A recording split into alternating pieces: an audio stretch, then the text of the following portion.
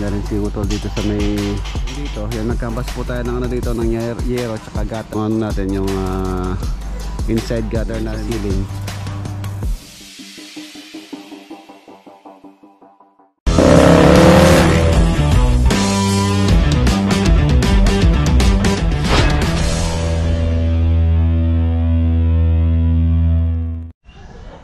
Good morning and welcome back po muli dito sa ating channel. Ayan, gusto po kayo lahat. Nandito po tayo sa farm ngayon, araw po ng Monday. Ayan, bali ngayong araw mga boss ang ating destination. Pupunta po tayo ngayon sa Subic project. Ayan, update po tayo doon. Bali si ano ang gagamitin natin pala, si Proxy, si Hero. Yun nga, tulad ng sabi ko, inaano muna yung schedule sa kasa. Wasak ang harapan. Tapos ngayong araw din silipin natin tong pinapagawa muna natin dito bago tayo umalis. Yung mga bibilin tayong materials dito na dadalhin natin sa Subic. Ayun o, araw ng ano ni Apuleleng, laba day. Asan? Noong labat. May isda naman pala tayo. Mga pusa yun, no? Ang isda? May nabuno na ako naman dinalan. Dinalan? Wow, ang laki oh. Ang tataba. Dalag. Eh di may ulam tayo. Basta dito. Soon.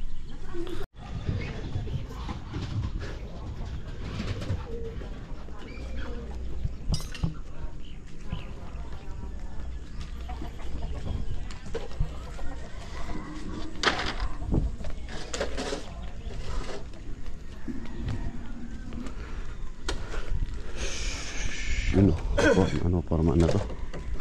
Formahan. Kulkuloy pa kaya yan nung makapormahan na yan. Halin nung makaslab ya, kulkuloy pala alam yan. Sabi na nga, mas magandang kukulin to kung makaslab, ano, walang init sa loob, ano. Bagay, gano'n kalalim yun, no? Mga lalam mo. Kuha mo rin mo kayo yan. Kuha mo rin ito eh. Dakat mo eh. Sabi na nga, engineer, di ba? Dahil pa pala, balakot yun eh. Nga pa.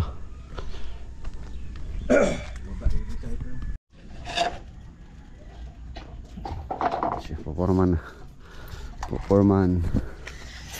Dito yung gagamitin natin pang slab yung yerong mga luma.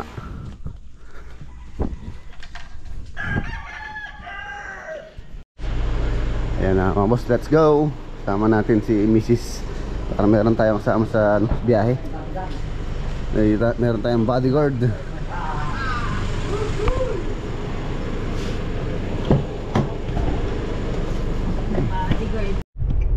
Daan muna po ako dito sa bilihan ng materialis dito sa Arayat Senwell.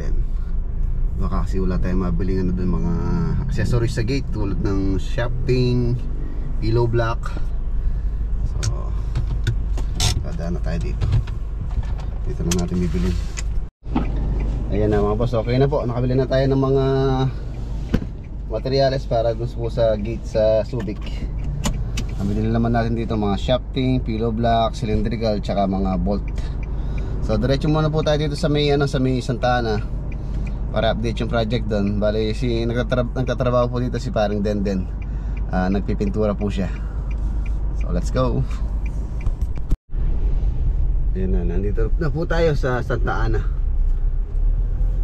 Para si paring Denden baka matapos siya dito siguro by Wednesday. Ayan na. Ayan, tapos na yung bakod.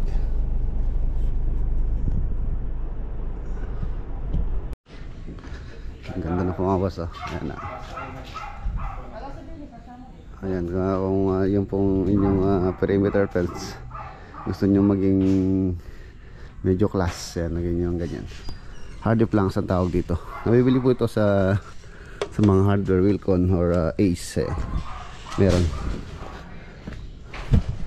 Tignan natin sa loob.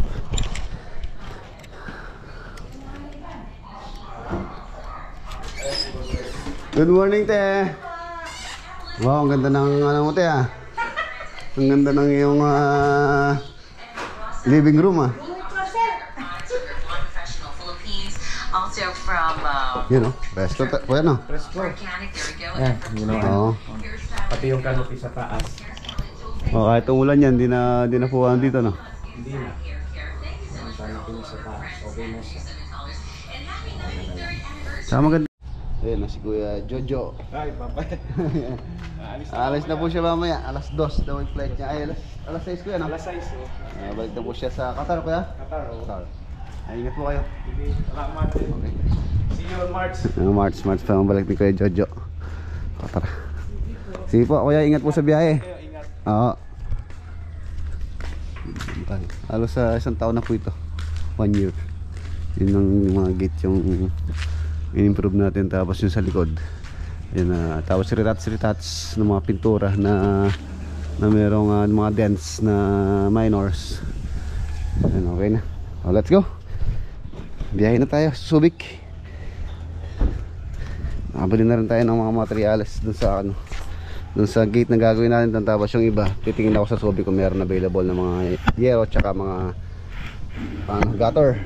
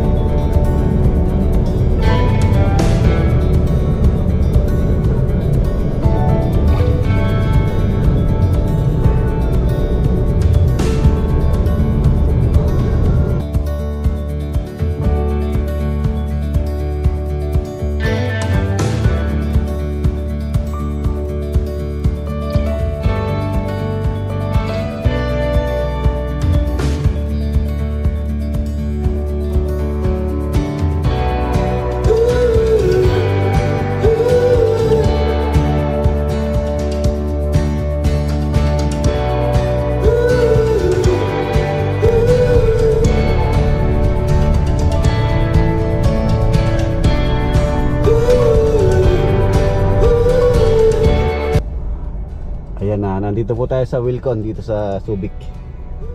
Titingin po ako na dito yung hardy planks. Yun, meron din pong design na hardy planks yung ginagawa nating perimeter fence sa dito sa Subic. Tingnan ako dito kung meron. For sure naman meron po dito. Okay. Hardy planks. Hardy planks nasaan kaya?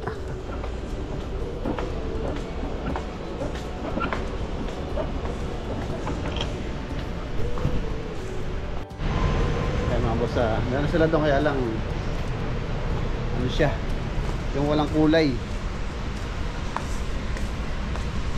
Tingnan lang tayo sa iba. Wilcon.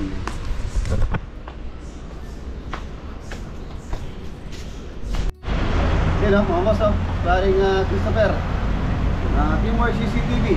Nakit na naman ako sa vlog ni parang Navy, oh. Oo. Nakadaan po tayo dito sa Abiro, kaya lang napunta tayo ng break time. Alaunang bukas sila, mag-order tayo ng materyales. So maghihintay naman tayo dito, bawal tayo ng break sa site.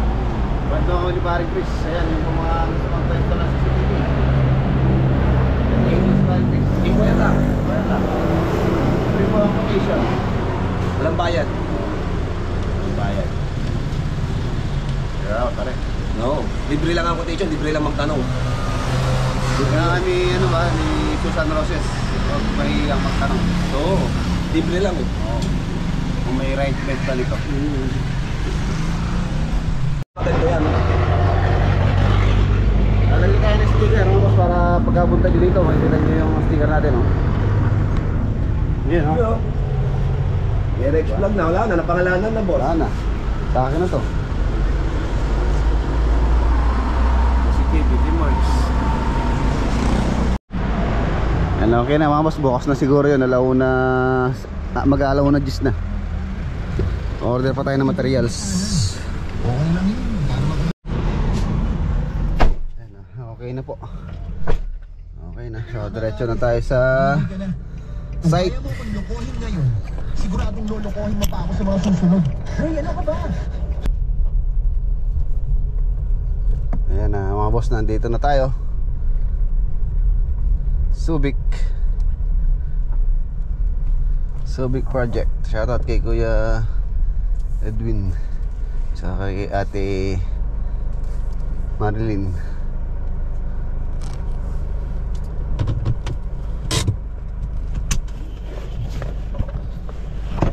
LM. Ay mga boss, ayun yung tornilyo yan, saka ano, cylindrical, yung shafting. Shafting.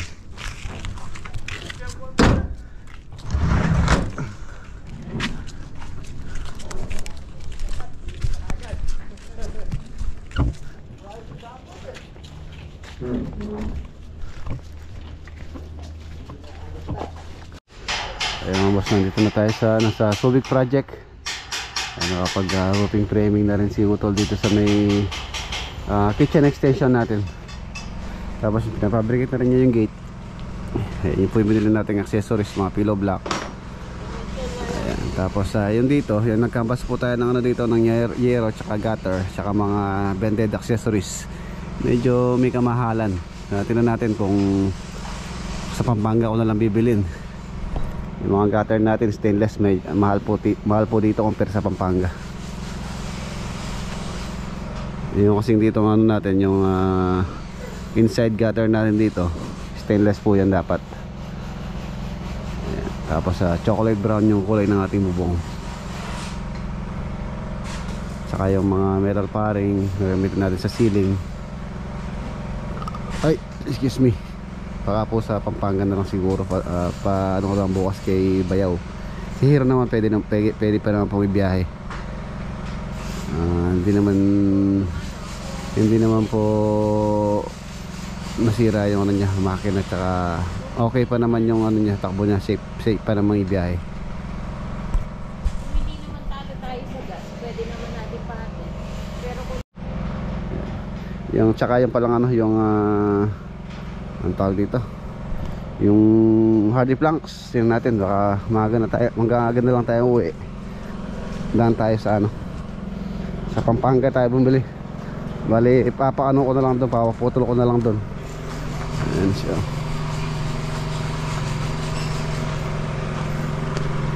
Tapos nagbubuhos na sila ng ano doon sa likod, ng pundasyon ng mga poste sa likod doon. Dito, press ko dito sa taas.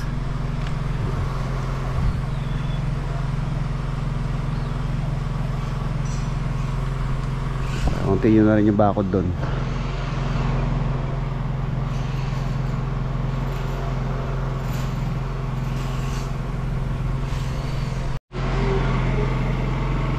Nagka-problema yung tubig nila dito. Nag-relocate sila ng ano, ng butas no? Gumagawa sila, ni-relocate nila. Mukhang hindi po kumuha yung dating binutas nila.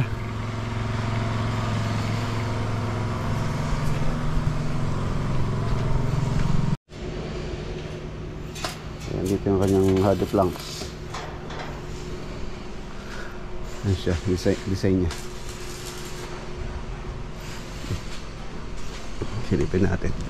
Silipin natin sa taas. Ayan, naka-flooring na po sila.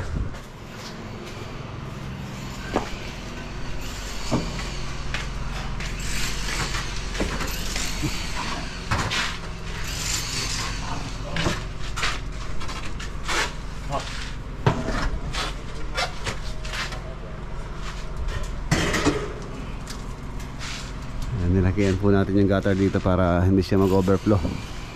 Sa 8 inches yung kanyang lapad. Tapos malalim siya, halos nasa ano rin, halos 8 rin ang lalim niya. Sa Pampanga na lang natin pagawa yung mga bended accessories, pati yung mga gutter.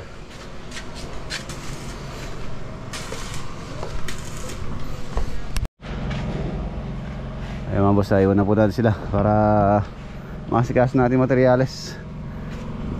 Tara, ganun ba lagyan?